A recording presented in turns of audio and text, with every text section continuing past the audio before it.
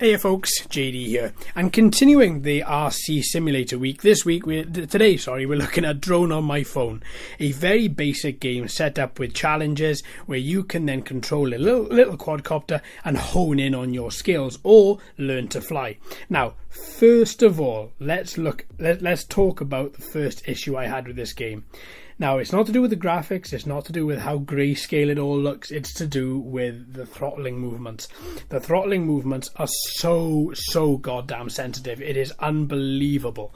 If you just move the quadcopter slightly, it shoots off in a direction. You find it at least I found it quite difficult to then move the quadcopter back and control it properly.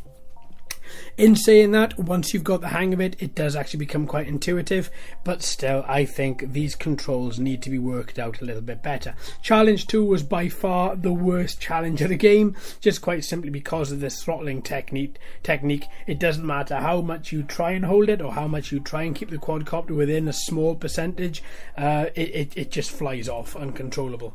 Now, I have put so much time into this game, it's unbelievable, and I still find that the controls are still really quite flaky. I've tried it on iOS. I don't believe it's on Android for the time being. I think it is just an iOS game for now, but I think that the throttling really needs to have some sort of extra attention, where even if you could go into the settings and alter the sensitivity, that would be a great step. But at the time and on this particular release of this of Drone on My Phone, that option wasn't available.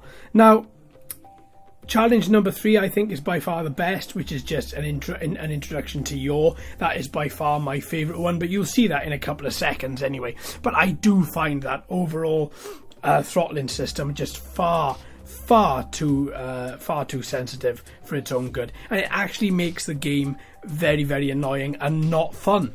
I mean, I don't want the game to be very easy. I like challenging games, but having a quadcopter game where you can't throttle up properly because the quadcopter just spins off into its own world and it ends up hitting the ceiling, hitting the floor, hitting the ceiling again, that's just not fun. And more to the point, it's not representative of an actual quadcopter.